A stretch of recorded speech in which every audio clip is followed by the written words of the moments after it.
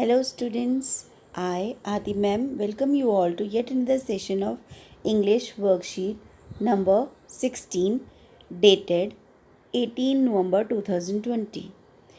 The topic of today's worksheet is the poem The Rebel.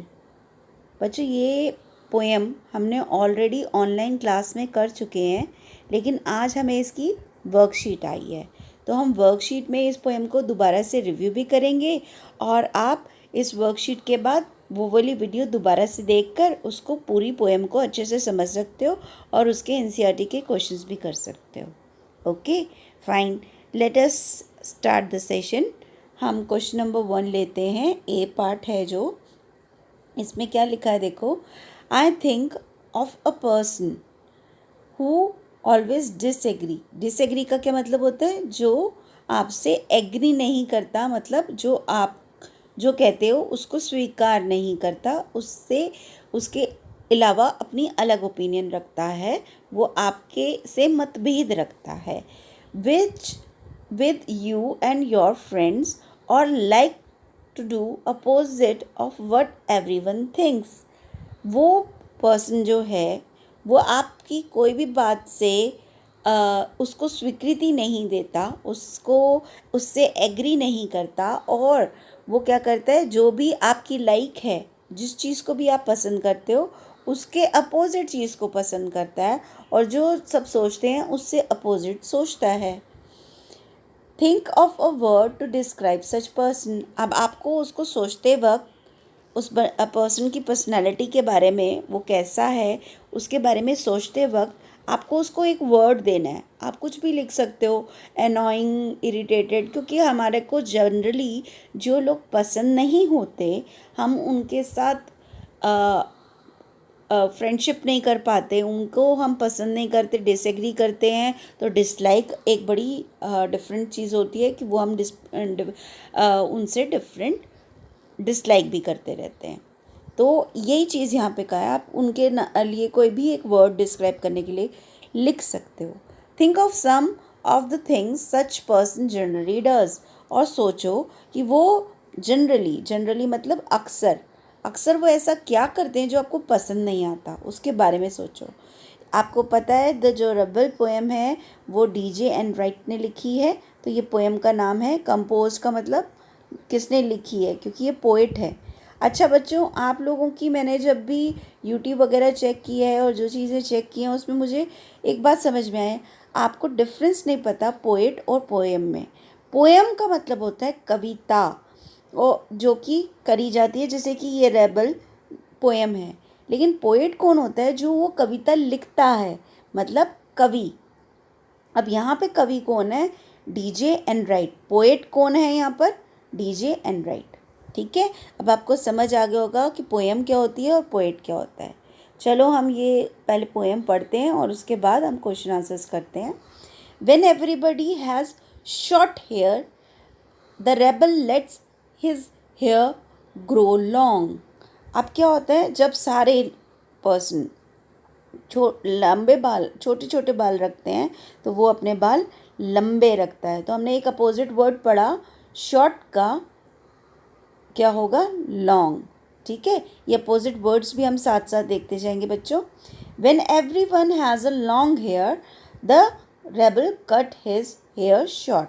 जब सबके लंबे बाल होते हैं तो रेबल क्या करता है? अपने हेयर्स को कट कर देता है और छोटे बाल रखता है, जैसे इस बच्चे ने रखे हुए हैं। ठीक है, फिर है next, the rebel when everybody talks during the lesson the rebel does not say a word। अब सारे लोग, सब बच्चे एक दूसरे से बात कर रहे हैं, लेसन चल रहा है। जैसे ग्रुप डिस्कशन आपको करने के लिए कहती हूँ ना मैं, कि अब आप अपने पेयर्स में या अपने जो ग्रुप बनाती हूँ उसमें आप डिस्कस करो कि इसका आंसर क्या होगा, आपका एक्सपीरियंस क्या रहा।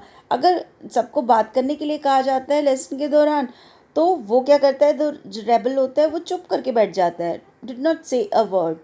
When nobody talks during the lesson, लेकिन जब सारे बात नहीं कर रहे होते, सारे साइलेंट होते हैं, कोई बात नहीं कर रहा होता क्लास में, द रेबल क्रिएट डिस्टर्बेंस। तो वो क्या करता है? डिस्टर्बेंस क्रिएट करता है। तो मतलब जब वो टॉक कर रहे होते हैं तो वो चुप होता है, साइलेंट होता है, और जब सारे चुप बैठे होते हैं, साइलेंट होते हैं, तो वो डिस्टर्बेंस क्रिएट करता है। तो इसके अंदर ये देखो, ये है क्वाइटनेस, मतलब वो क्वाइट होता है। और जब सारी क्लास क्वाइट होती है तो ये डिस्टर्बेंस क्रिएट करता है। तो हमारे पास एक और सेट ऑफ अपोजिट वर्ड्स आ गया। पहला तो हमारा ये था जिसमें हमने शॉर्ट और लॉन्ग में किया था, और सेकंड हमारे पास ये आ गया जिसमें हमने क्वाइट और डिस्टर्बेंस का किया। When everybody wears a uniform, अब जब सारे यूनिफॉर्म पहनते हैं, the rebel dress in fantastic clothes. अब हमने एक और हमारे पास पेयर ऑफ अपोजिट वर्ड्स आ गया, यूनिफॉर्म और फैंटास्टिक। ये हमारे पास थर्ड अपोजिट वर्ड है जिसमें हमने ये देखा, देखो बच्चों, ये हमारे पास थर्ड अपोजिट वर्ड कौन सा हो गया, यूनिफॉर्म और फैंटास्टिक क्लोथ्स। ये हमारे पास थर्ड अपोजिट वर्ड हो गया। जब आपसे कहा जाएगा यूनिफॉर्म, आप लिखोगे फैंटास्टिक क्लोथ्स। तो फैंटास्टिक क्लोथ्स मतलब बहुत सुंदर सुंदर, कलरफुल, अलग अलग। और यूनिफॉर्म क्या होता है, जैसे आप स्कूल में पहनते हो, एक ही जैसी होती है ना यूनिफॉर्म, तो वो हर कोई एक जैसी यूनिफॉर्म पहनेगा तो वो नए नए कपड़े और अच्छे अच्छे कपड़े पहन के आ जाएगा। और when everybody wears fantastic cloth, और सब जब अच्छे अच्छे कपड़े और नए नए कपड़े पहन के आएंगे, द रेबल ड्रेसेस सोबरली, तब वो क्या पहनता है, वो सोबरली ड्रेस हो जाता है। मतलब हमारे एक और पेयर ऑफ अपोजिट वर्ड मिल गया, वो है फैंटास्टिक का सोबरली भी हो सकता है। फैंटास्टिकली ड्रेस तो आप लिखोगे सोबरली ड्रेस। ठीक है, तो इस तरीके से हमें 4 पेयर्स ऑफ अपोजिट वर्ड्स यहाँ पे मिल गए। अब लेट अस सी क्या हमसे क्वेश्चंस पूछे हुए हैं। What does the rebel do when everybody has long hairs. अब देखो यहाँ पे लिखा है ना, when everybody has long hairs the rebel cut his hairs short. अब यही आंसर हमारा होगा, तो कट हिज हेयर शॉर्ट, ये आंसर हमारा हो गया। तो आंसर नंबर हमारा हो गया, क्वेश्चन नंबर 1 का आंसर हो गया ए। ठीक है, question number 2, when does the rebel create disturbance, वो कब डिस्टर्बेंस करता है।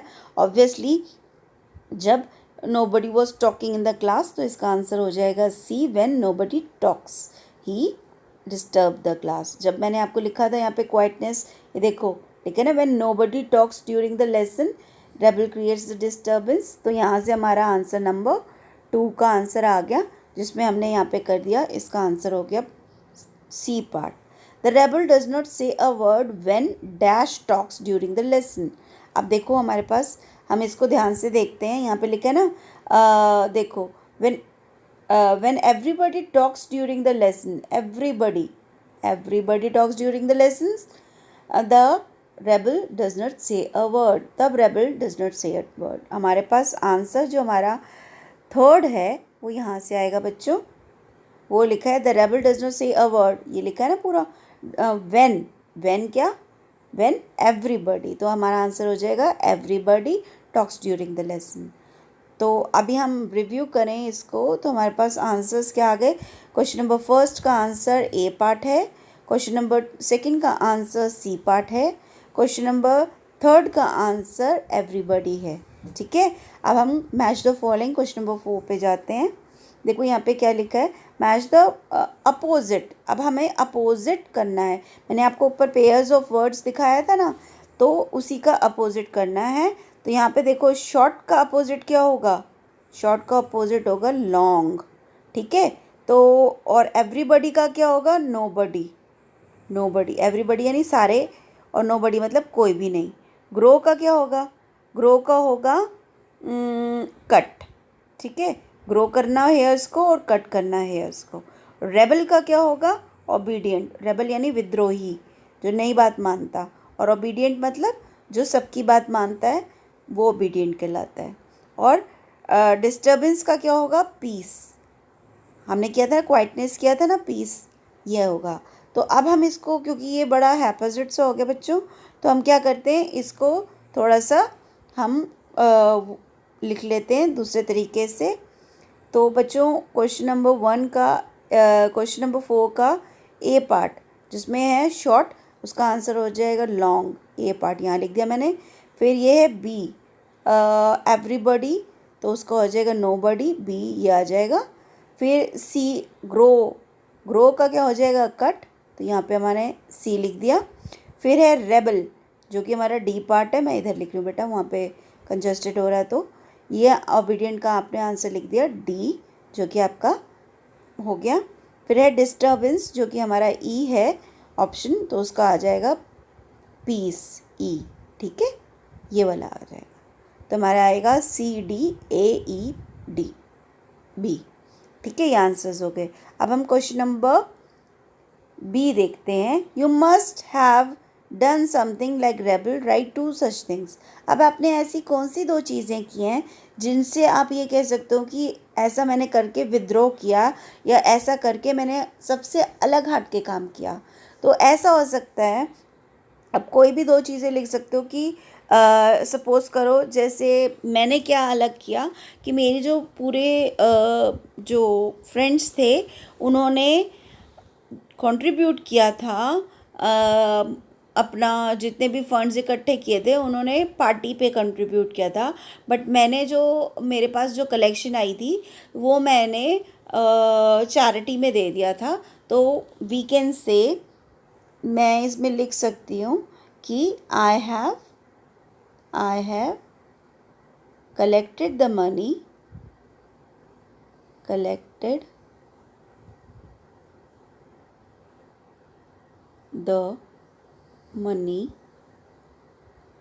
and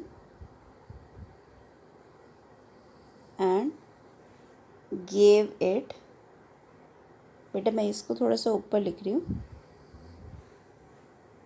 gave, gave it to charity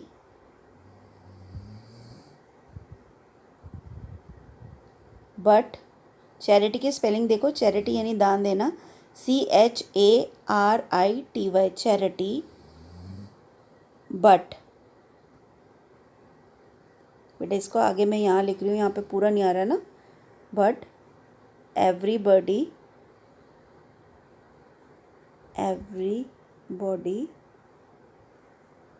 TY body spend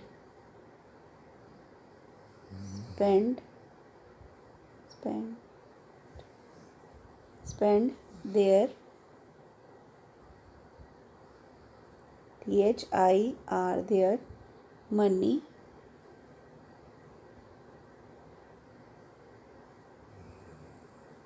on themselves SELVES।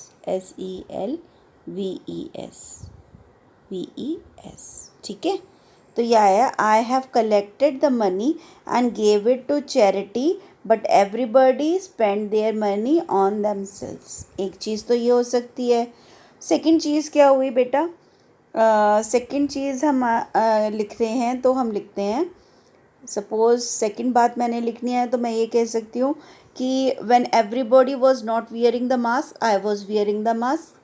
तो यहाँ आप लिख सकते हो when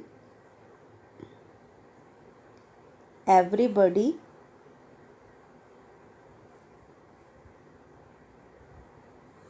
was not wearing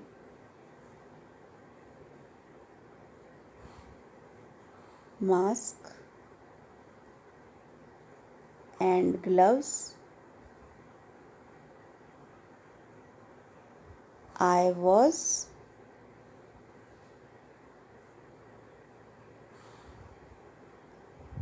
wearing both।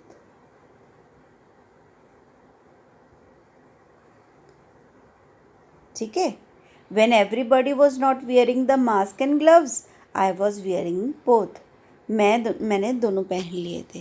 तो बच्चों ये थी आज की हमारी वर्कशीट जिसमें हमने पोएम द रेबल पढ़ी। आप चाहो तो फिर से वो वाली वीडियो देखकर अच्छे से समझ सकते हो, उसमें वर्ड मीनिंग्स भी बताए हुए हैं, आप वो वाली वीडियो भी देख सकते हो।